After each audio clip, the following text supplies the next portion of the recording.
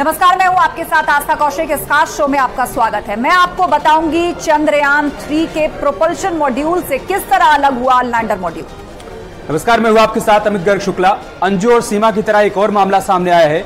एक महिला अपने पति को छोड़कर कुवैत गई और वहां उसने प्रेमी के साथ शादी कर ली। नमस्कार, मैं हूं आपके साथ अंशिका पाठक। मैं आपको बताऊंगी कहां एक सन की कार सवार ने महिला को बोनेट पर काफी दूर तक घसीटा।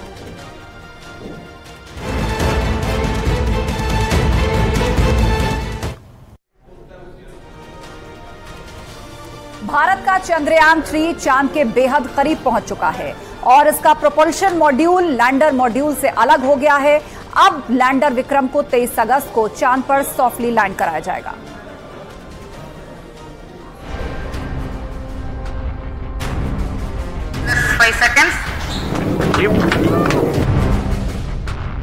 बस कुछ दिनों का इंतजार और हिंदुस्तान चांद पर कामयाबी की नई इबारत लिखेगा, क्योंकि भारत का मिशन मून सच होने के बेहद ही करीब पहुंच चुका है।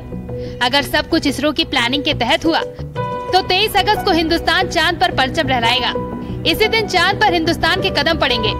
चंद्रयान 3 की चांद पर सॉफ्ट लैंडिंग होगी। चंद्रयान 3 अपने मिशन की तरफ लगातार बढ़ता ही जा रहा है। बुधवार को इसरो ने चंद्रयान 3 की ऑर्बिट बदली और आज यान से प्रोपल्शन मॉड्यूल और लैंडर मॉड्यूल अलग हो गए हैं। चंद्रमा से 100 किलोमीटर ऊपर से दोनों मॉड्यूल एक दूसरे से अलग किए गए। इसके बाद चंद्रयान के अंदर बैठा लैंडर विक्रम अपना सफर अलग तय कर रहा है। Chandrayaan 3 mission basically consists of 3 + 1 4 modules type of thing. First is LVM-3, which has taken the composite of Vikram lander, propulsion module and the Pragyan, the rover, to the 36,000 kilometer highly elliptical orbit. From there, using 5 earthbound maneuvers, propulsion module has taken the composite of Vikram lander and the Pragyan to the lunar orbit.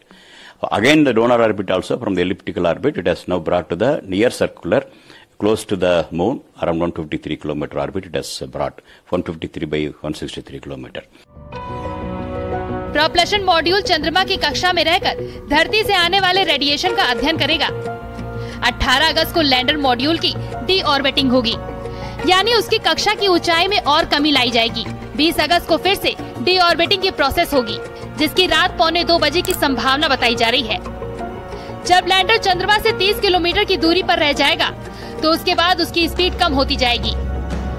इसके बाद आएगा वो ऐतिहासिक दिन जब हिंदुस्तान चांद को अपनी मुट्ठी में कर लेगा। 23 अगस्त को शाम 5:47 पर चंद्रयान 3 की चांद पर लैंडिंग होगी। जैसे जैसे 23 अगस्त की तारीख करीब आती जा रही है, इसरो के वैज्ञानिकों की दिल की धड़कनें बढ़ती जा रही है। पूरा देश चांद पर फतह करने के उस पल का बेसब्री से इंतजार कर रहा है। वैज्ञानिकों की कमांड पर लैंडर को चांद के दक्षिणी हिस्से पर लैंड कराया जाएगा और उसमें से रोवर प्रज्ञान बाहर निकलेगा। सीढ़ी के जरिए रोवर प्रज्ञान को उतारा जाएगा। उसके बाद रोवर चांद की सतह पर अपने प्रयोग करेगा। 14 दिन तक रोवर चांद में ही घूमेगा। रोवर पर लगे कई कैमरों की मदद से चांद के बारे में अहम जानकारी मिलेगी। ये अभियान चांद की सतह पर रासायनिक तत्वों, मिट्टी और पानी के कणों जैसे प्राकृतिक संसाधनों को देखेगा। चांद की बनावट को लेकर और भी नई जानकारी देगा। 14 जुलाई को चंद्रयान 3 को श्रीहरिकोटा के सतीश धवन स्पेस सेंटर से लॉन्च किया गया था। इसरो के वैज्ञानिकों ने 1 अगस्त की रात को स्पेसशिप को पृथ्वी की कक्षा से चांद की तरफ भेजा था। 5 अगस्त को चंद्रयान चंद्रमा की कक्षा में पहुंचा था। ऑर्बिट में प्रवेश करते हुए उसके कैमरों ने चांद की तस्वीरें भी कैप्चर की थी। अभी तक प्रोपल्शन मॉड्यूल की मदद से इसरो चंद्रयान 3 को उड़ा रहा था। वैज्ञानिकों के लिए चांद पर चंद्रयान 3 को उतारना सबसे बड़ी चुनौती है, क्योंकि चंद्रयान 2 भी इसी टाइम फेल हुआ था। धरती से चांद की दूरी करीब 4 लाख किलोमीटर है। वहीं मंगल की बात करें तो उसकी दूरी 3,390 लाख किलोमीटर है। लेकिन फिर भी स्पेसशिप की लैंडिंग चांद पर खतरनाक होती है, क्योंकि मंगल में वायुमंडल होता है लेकिन चांद पर नहीं। इसीलिए किसी भी भारी चीज को चांद पर लैंड कराना चुनौती भरा है। वहीं धरती पर एयरक्राफ्ट जीपीएस से रास्ता पता कर लेता है, लेकिन चांद पर लोकेशन बताने वाला कोई सैटेलाइट नहीं है। हालांकि इस बार चांद को फतह करने की पूरी उम्मीद है। वैज्ञानिक परीक्षण के लिए ये यान अपने साथ कई उपकरण ले गया है, जिसमें सिस्मोमीटर भी शामिल है, ताकि चांद से भूकंप को मापा जा सके, चांद की सतह के तापमान और वहां के वातावरण के बारे में पता लगाया जा सके। इस पर ऊर्जा के लिए सोलर पैनल लगे होंगे, जिसकी सहायता से रोवर को चांद की सतह पर ऊर्जा मिलेगी।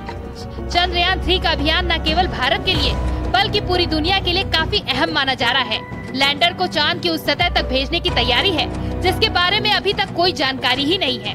इससे न केवल चांद के बारे में बल्कि दूसरे ग्रहों के बारे में भी रिसर्च करने की क्षमता बढ़ेगी। इस मिशन के जरिए भारत दुनिया को बताना चाहता है कि उसके पास चांद पर सॉफ्ट लैंडिंग कराने और रोवर को वहां से चलाने की काबिलियत है।